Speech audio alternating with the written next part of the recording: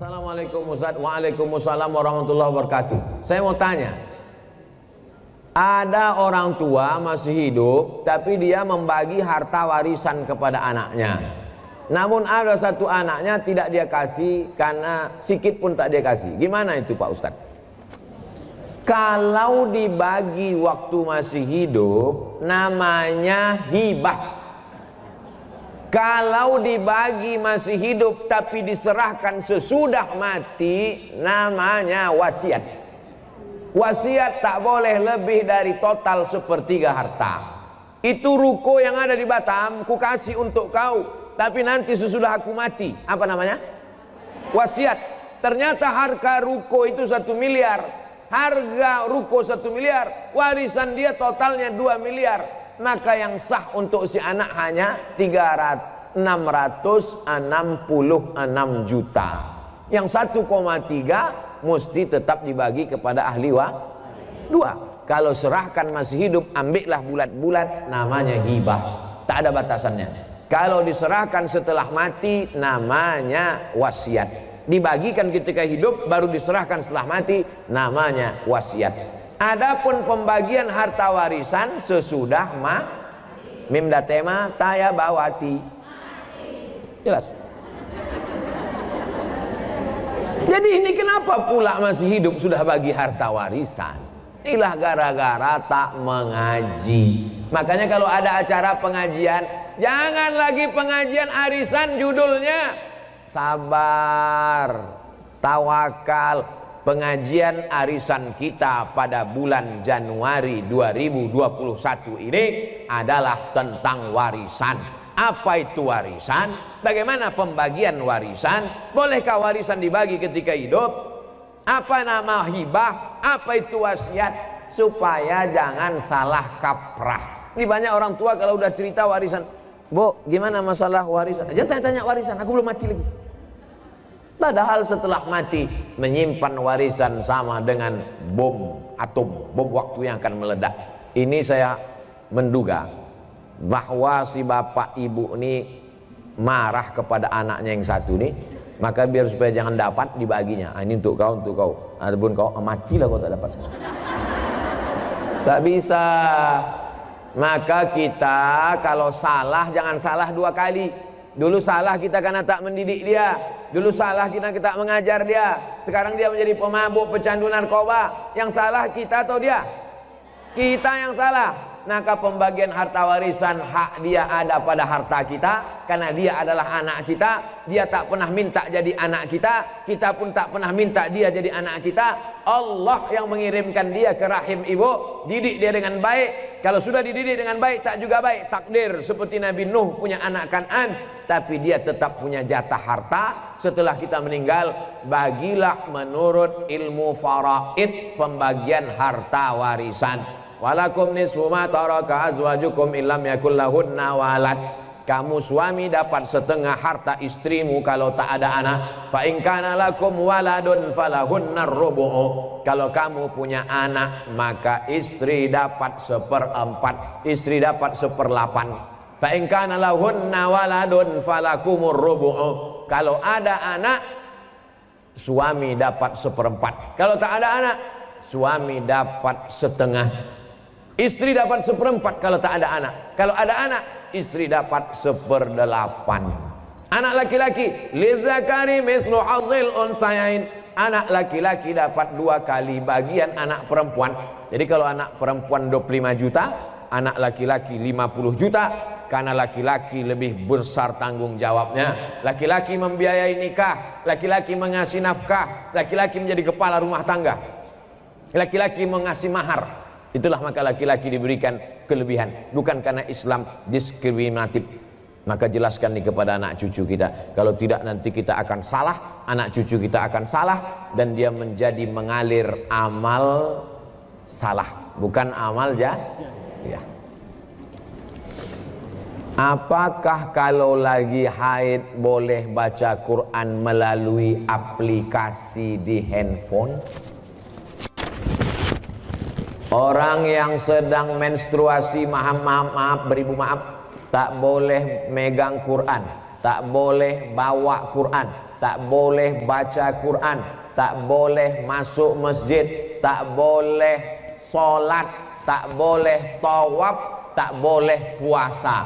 7 menurut fikih Islam wa adillatuh Syekh Wahbah Zuhaili. Tak boleh megang Quran, tak boleh bawa Quran, tak boleh baca Quran, tak boleh masuk masjid, tak boleh sholat, tak boleh tawaf, tak boleh puasa.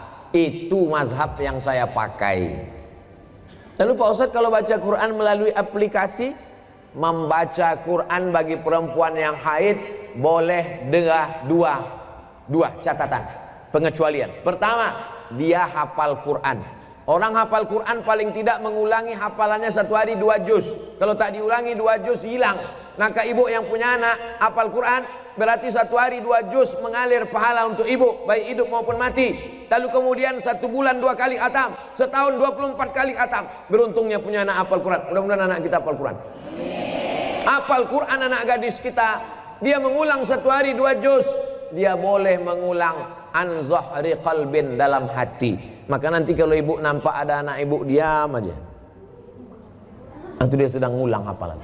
Kalau dia hafal Quran. Kalau tak hafal, tak tahulah tak apa dia. Yang kedua, guru boleh membaca walaupun sedang haid, tapi ayatnya potong-potong. Guru tahfiz di pesantren. Anak-anak baca ya. Innallaha la yastahyi ayyab riba, potong-potong, dibacanya pangkal. Silakan baca. Innallaha la yastahyi ayyab masalam ma ba'udatan fa'am. Tak boleh dia baca normal macam orang yang sedang dalam keadaan suci, karena Quran itu suci, sedangkan dia dalam keadaan haid, dalam keadaan kotor secara spiritual, bukan secara zohir. Karena perempuan itu tetap bersih, tapi tidak suci. Bersih tubuh, sama macam maaf orang junub, badannya bersih tapi tidak suci menurut pandangan hakikat. Ini yang paling penting dipahami. Samakah pahala baca Quran melalui smartphone? Baca Quran di dinding, ada tertulis di situ dinding, masuk masjid. Ya ayyuhalladzina amanu taqullaha wal tanzur nafsum ma qaddamat lighad. Baca Quran di dinding. Yang satu lagi baca Quran di handphone. Kutiba alaikumul qitalu fil qatla al-hurru bil hurri wal 'abdu bil 'abdi wal unsa bil unsa. Yang satu lagi melihat mushaf Al-Quran. Ya ayyuhalladzina amanu ista'inu bis sabri was salah. Melihat mushaf, melihat handphone, melihat dinding. Pahalanya bukan dilihat kau baca Quran dari mana, tapi yang dilihat adalah lafaz di mulut dan di hati. Mulut fasih, tahsin, tajwid, hati ikhlas. Walaupun kau baca di pelepah kurma. Ada Quran zaman sahabat Nabi, Quran macam kita dicetak sekarang? Mana ada? Pakai resleting pula lagi. Kenapa kau tak pernah baca Quran ini? Saya sebetulnya mau baca Pak Ustaz, terus resletingnya macet terus tiap hari. Oh, kasihlah minyak jelantah. Dulu Quran ditulis di pelepah korma, di tulang onta, di batu apa namanya itu? Batu lepes, batu ceper macam piring, ditulis. Jadi Quran tidak dilihat di mana, mau di kertas. Kertas adanya bambu yang ditumbuk, bambu, tahu bambu? Buluh, ditumbuk halus jadi bubur, dijemur. Itulah asal muasal kertas dari Cina. Lalu kemudian ada kertas satu lagi di Mesir, pohon bardi, tumbuhnya di tepi sungai Nil, disusun-susun melintang membujur, dipres pakai tanah liat, dijemur. Namanya kertas papirus. Kertas paling tua dua, satu dari Mesir, Fir'aun, satu dari Cina. Lalu kemudian barulah belakangan datang kertas masuk ke kota Makkah. Jadi Quran ditulis di kertas, di batu lepes, di tulang onta, di pelepah korma. Yang dilihat bukan baca di mananya, tapi yang dilihat adalah pelafazan mulut dan keikhlasan hati. Ini Qurannya bukan main lagi, mahal minta ampun. 30 juta harga Quran. Diletakkan di lemari tamu di depan. Setiap tamu yang datang menengok macam menengok kucing. Bukan Quran itu yang mahal. Quran mahal adalah Quran yang dibaca.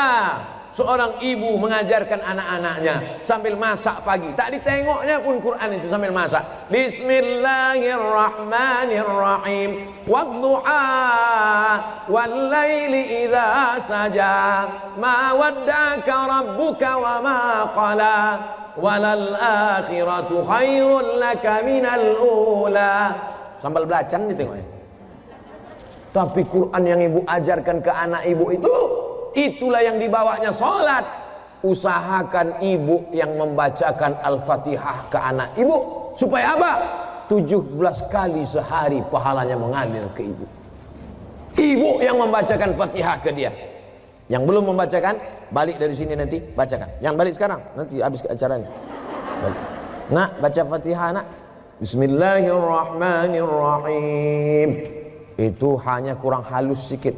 Bismillahirrahmanirrahim. Alhamdulillahi rabbil alamin. Rohnya kurang tebal sedikit. Luruskan bacaannya. Kapan kelingking ibu masuk ke celah kakinya saat mengajarkan dia berwudu, masuk air ke celah kaki? Kapan ujung jari ibu masuk ke celah telinganya saat mengajarkan berwudu? Kapan mulut ibu mengajarkan? Kapan tapak tangan ibu memegang pundaknya? Rata pundakmu nak. Jangan kepala kau macam menengok kuda jantan, menengok kuda betina. Jangan kepala kau ni menunduk macam menengok rumput. Rata nak. Kelak kita semua inilah yang akan dia kenang. Al-madrasatul ula. Ibu adalah sekolahnya yang pertama. Alhamdulillah ibu amalkan. Pahalanya mengalir ke ibu, mengalir pula ke saya. Tapi pahala ibu tak berkurang. Ibu tetap dapat 100, saya 120.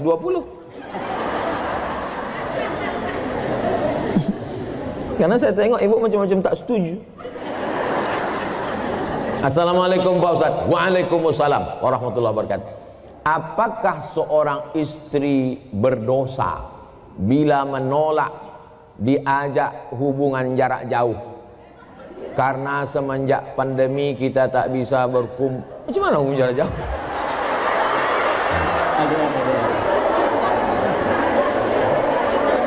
LDR. Apa arti LDR itu? Long distance relationship.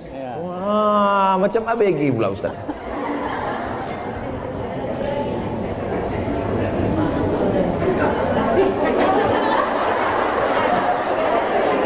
Wa'ashiruhunna bil ma'ruf. Dulu waktu akad nikah, suami ibu disuruh Pak Kua membaca ayat. Baca ini, wa'ashiruhunna bil ma'ruf. Berhubungan baiklah kamu dengan dia dengan cara ma'ruf. Ma'ruf diambil dari kata urf. Urf artinya baik menurut syariat Islam, menurut Quran, menurut sunnah, menurut kebiasaan. Maka selama tidak bertentangan dengan Quran, dengan sunnah, menurut kebiasaan, maka hubungan itu ma'ruf. Hubungan itu baik. Tapi kalau bertentangan maka tidak baik. Baik dan tak baik standarnya bukan akal. Baik dan tak baik itu dalam Islam standarnya adalah Quran dan sunnah Rasulullah Sallallahu Alaihi Wasallam. Saya mau tanya apa hukumnya menikah dengan wali tapi bukan dari ayah, abang atau adik laki-laki?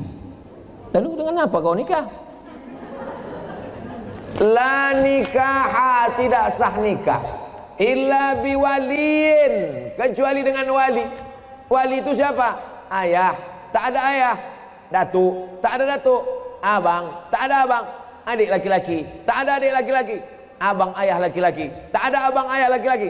Adik ayah laki-laki, tak ada adik ayah laki-laki. Saudara punya abang ayah tu punya anak laki-laki. Sampai begitu. Perwalian itu ada orang, tapi insya Allah yang 6 itu adalah, kecuali dia disapu angin puting beliung hilang semua. Andai dia anak yang ditemukan dalam kardus, namanya binti kardus, tak ada walinya, macam mana? Fasultanu waliyun man la waliyalaha. Maka sultan menjadi wali bagi orang yang tak punya wali. Siapalah wali orang perempuan di Batam kalau tak ada walinya? Sultan Kerajaan Riau Lingga. Sultan Kerajaan Riau Lingga sudah menyerahkan kekuasaan kepada Presiden Soekarno. Lalu Presiden Soekarno membuat satu departemen untuk agama, namanya Kementerian Agama. Maka Kementerian Agama lah yang menerima Sultan. Lalu Menteri Agama tak sanggup turun ke Kemenak Kanwil Provinsi, Kemenak Kanwil Provinsi turun ke kota, kota turun ke kecamatan. Itulah maka kepala kantor urusan agama tak ada perempuan. Ada kepala KUA perempuan. Kenapa? Karena KUA akan menjadi wali bagi perempuan yang tak punya. Nah, ini ke depan nanti bisa jadi kepala KUA perempuan. Dia tak ngerti sejarahnya. Karena KUA akan menjadi wali bagi perempuan yang tak punya wali. Fasultanu waliyun man la waliyalaha. Memang satu sisi Pak KUA itu sebagai pegawai pencatat pernikahan, tapi ada dalam beberapa kasus dia bisa nanti menjadi wali pada saat perempuan itu tidak ada wali. Kalau sudah terjadi macam mana Pak Ustadz? Diulang akad nikah. Balik anak gadis kita membawa lakinya, hilang seminggu, pulang-pulang berbadan dua. Balik dia ke rumah, mak ini lakiku katanya. Kapan kau nikah? Aku pergi nikah kemarin. Wali kau siapa? Udah ku beli wali katanya. Enak aja sekarang, lu tak belajar, jahil. Jangan karena takut kepada orang, diulang akad nikahnya balik, cari walinya yang 6 tadi, lalu diulang. Aku nikahkan engkau dengan anakku dengan mahar, aku nikahkan kau dengan cucuku dengan mahar, ku nikahkan kau dengan adikku, ku nikahkan dengan keponakanku dengan mahar sebentuk cincin emas tunai. Sah.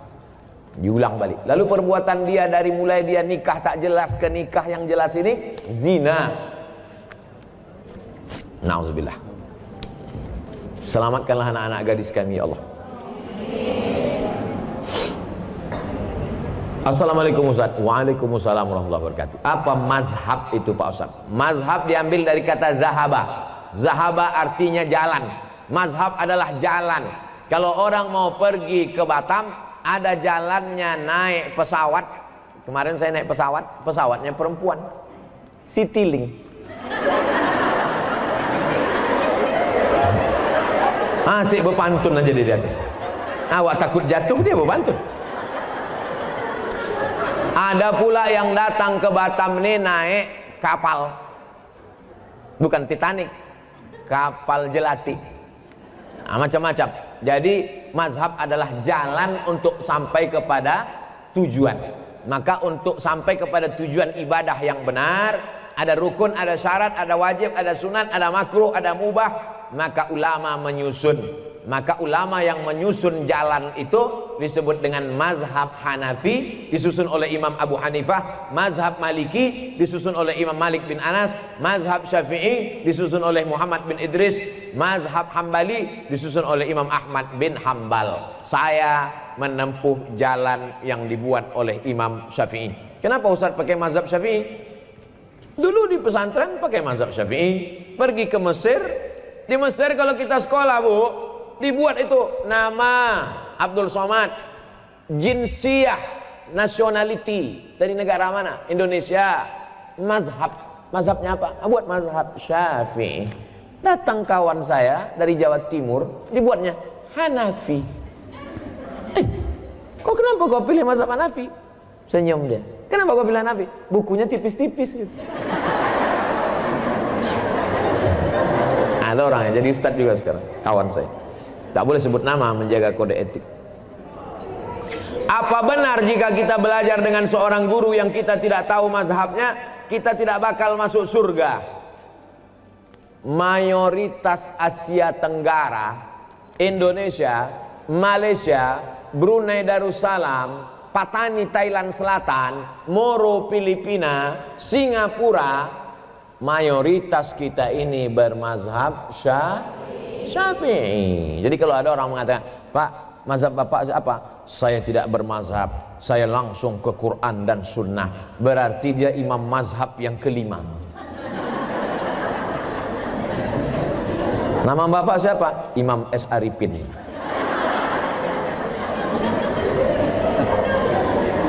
Bermazhab sebetulnya dia. Mana ada orang tak bermazhab di dunia ini? Imam As-Suyuti, hafalan hadisnya, hafiztu mi'atai alfa hadis. Aku hafal 200.000 hadis. 200.000 hadis dia hafal. Hafalan Qur'annya, tafsirnya aja 2 biji. Satu tafsir Jalalain, satu tafsir Ad-Durrul Mansur fit Tafsir bil Ma'sur. Kitabnya berapa? Ada murid dia, namanya Imam Ad-Daudi. Kata Imam Ad-Daudi, guruku Imam Suyuti itu kitabnya 500 kitab. Abdul Somad di Batamnya aja 500. Tapi satu judul. Dia 500 judul kitabnya. Tapi di ujung namanya Jalaluddin Abdurrahman As-Suyuti Asy-Syafi'i. Ulama selevel itu tetap pakai mazhab. Lalu ente siapa? Tak bermazhab. Sementara beliau mengajarkan akhlak mulia berpedoman dengan Al-Quran dan hadis. Bermazhab dia. Kalau tak bermazhab dia, nanti kita datang diam-diam tanya, kau diam-diam apa mazhab? Aku sebetulnya mazhab, cuman aku segan. Bermazhab, ablo tak bermazhab. Assalamualaikum Pak Ustaz. Waalaikumsalam. Apakah koperasi itu riba? Kumpullah duit ibu, sejuta, 100 orang berarti 100 juta. Terkumpullah duit 100 juta. Lalu kemudian ditanya kepada masyarakat, siapa yang mau bisnis silakan minjam uang kemari. Akhirnya minjam uang lah orang ramai-ramai. Minjam 10 juta bayar 12, minjam 100 bayar 120, minjam 20 bayar 24. Bunganya selama setahun dikumpul dibagi kepada seluruh bunga dari simpanan wajib, maka transaksinya semuanya adalah uang dengan uang riba. Pinjam uang, bayar uang, kembali uang, riba. La ta'kulur riba ad'afan mudha'afah. Lalu bagaimana dengan BMT Pak Ustadz? Baitul Mal wat Tamwil. Ibu masih konsen? Yang tak konsen gerakkan kepala ke kanan, ke kiri, ke atas, ke bawah, bukakan mulut.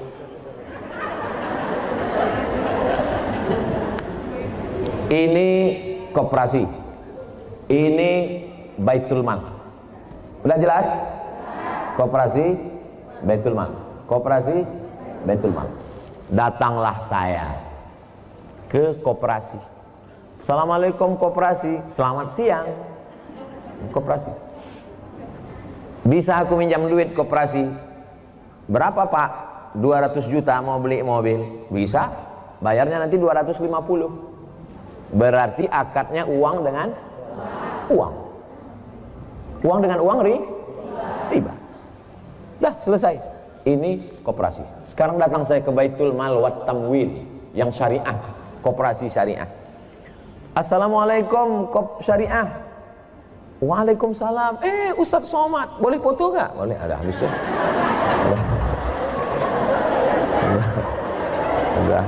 Udah habis basa-basi cerita. Apa tujuan nih Pak Ustadz? Apa tujuan Pak Ustadz? Saya mau beli mobil. Berapa harganya Pak Ustadz? 200 juta. Bisa tak minjam duit? Mohon maaf Pak Ustadz, minjam duit tak bisa. Walaupun kita udah foto, tak bisa duit. Jadi macam mana? Datanglah Baitul Mal wal Tamwil. Di mana mobilnya Pak Ustadz? Mobilnya ada di dekat Masjid Agung. Pergilah orang BMT ini membeli mobil itu. Dibelinya lah mobil itu secara cash. Setelah dibelinya mobil itu secara cash, dijualnya kepada saya secara cicil. Maka akad saya dengan BMT uang dengan mobil, uang dengan uang riba, uang dengan barang. Bisa buka handphonenya semua? Silakan buka. Setelah buka handphone, buka Google. Sudah? Setelah buka Google, tulis di situ SOMADMOROCCO. Sudah? Saya ulang sekali lagi. Sudah buka Google? S O M A D M O R O C C O. Sudah? Spasi. Sudah spasi? Kredit. K R E D I T. Kredit. Enter. Sudah? Langsung posting yang paling atas, Somad Maroko Blogspot Kredit, langsung postingkan ke Facebook. Share ke kawan-kawan. Sudah? Tak tahu cara men-share? Nah, sekarang ku ajari.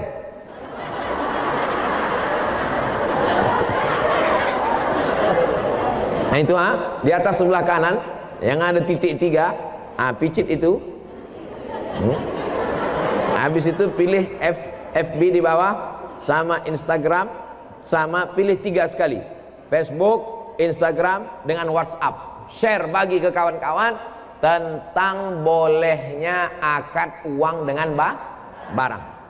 Dah, setelah nampak tulisannya bisa baca di situ. Kredit. Kita baca ya.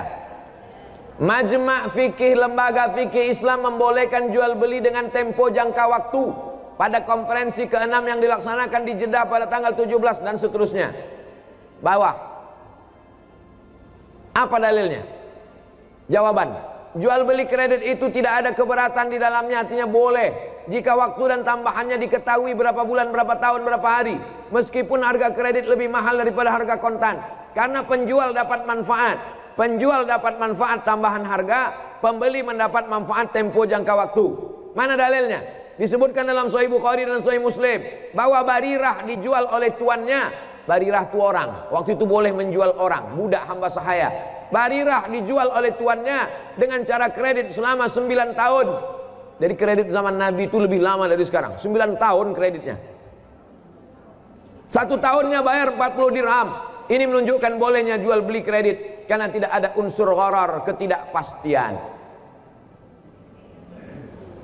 Ke koperasi pinjam uang, bayar uang, berlebih uang, riba. Ke Baitul Mal wa Tanwil, kita transaksinya adalah antara uang dengan barang. Jelas? Jelas semua. Tak ada yang tak jelas. Wallahu a'lam bishawab. Baik, terima kasih Ustaz. Alhamdulillah pertanyaan sudah dijawab semua. Dan sebelum diakhiri ada satu pertanyaan Ustaz. Ini satu pertanyaan spesial dari Radio Ustaz. Dari pendengar yang hari ini juga mendengarkan acara kita kesempatan kali ini. Pertanyaannya sesuai pada jelas. Ini yang betul kita Ustaz.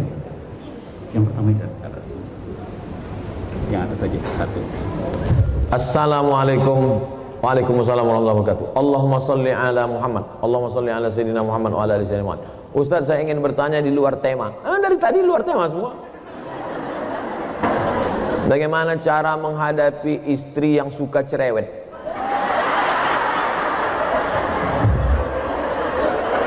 Jadi ibu dengarkan baik-baik ya. Saya jumpa dengan Habib Ali Ba'agil. Kata Habib nih cerita, ada di Yaman itu sumur tua. Jadi di sumur ini ada jin. Di dalam sumur ini ada jin. Suatu hari menimba air lah ibu-ibu. Menimba air, rupanya timba ini terlalu berat. Ibu ini pula orangnya slim. Akhirnya tertarik timba itu, jatuh dia ke dalam. Masuk dia ke dalam sumur itu. Lalu kemudian datanglah suaminya mencari. Dicari-carinya, ditengoknya, ada tanda-tanda kalau bininya masuk ke dalam sumur. Akhirnya diulurkannya tali. Diulurkannya tali timba, ditariknya. Maksudnya mau menyelamatkan istrinya tadi. Naik jin. Naik jin juga. Akulah penghuni sumur ini. Ditanya sama suami tadi, kenapa kau naik? Aku tak tahan direpeti bini kau di dalamnya. Kau tahan kali. Aku baru 2 menit udah pokak telingaku dalamnya. Jadi rupanya jin-jin itu pun tak tahan juga. Itu sanadnya dari Habib Ali Ba'agil. Dia cerita ke saya tak tahu udah cerita itu dari mana. Kalau mau tahu tanyalah ke dia. Jadi kalau ada perempuan-perempuan nih merepet, repetnya itu ada dua, repet positif dan repet negatif. Jadi kalau ibu-ibu masih merepet, kenapa abang pulang terlambat, abang pulang pergi sama siapa, jalan sama siapa, itu positif apa negatif? Dia mau menyelamatkan bapak supaya jangan habis waktu nongkrong di kedai kopi. Dia mau menyelamatkan supaya duit tak habis sama kawan-kawan sehingga tak bisa membayar anak sekolah. Dia ingin supaya bapak menjadi repetnya, abang kenapa tak sembahyang, nanti abang kalau tak sembahyang ku campakkan ke sungai. Takkan sampai hatinya. Dia baik. Kedua, dia merepet itu ada sebabnya. Betul? Betul. Tapi kalau sudah lengkap 5, sudah dikasih makan, sudah dikasih pakaian, sudah dikasih tempat tinggal, sudah dikasih pendidikan, sudah dikasih perhatian, merepet juga dia. Tanya dia baik-baik. Kau ini sebetulnya dulu nikah sama aku ini dipaksa sama ayahmu atau gimana? Jadi repetnya itu ada positif, ada negatif. Selama ibu masih merepet dengan anak ibu, kau pergi kemana sama siapa, jalan pulang jam berapa, kenapa jilbabmu tak panjang, kenapa rokmu pendek, kenapa ini koyak, kenapa pinggangmu kau ikat pakai tali jemuran, kenapa? Selama ibu masih merepet, insya Allah selamatlah anak-anak kita, insya Allah. Selagi ibu masih bisa merepet, merepetlah bu. Siap merepet, takbir. Repet teruskan.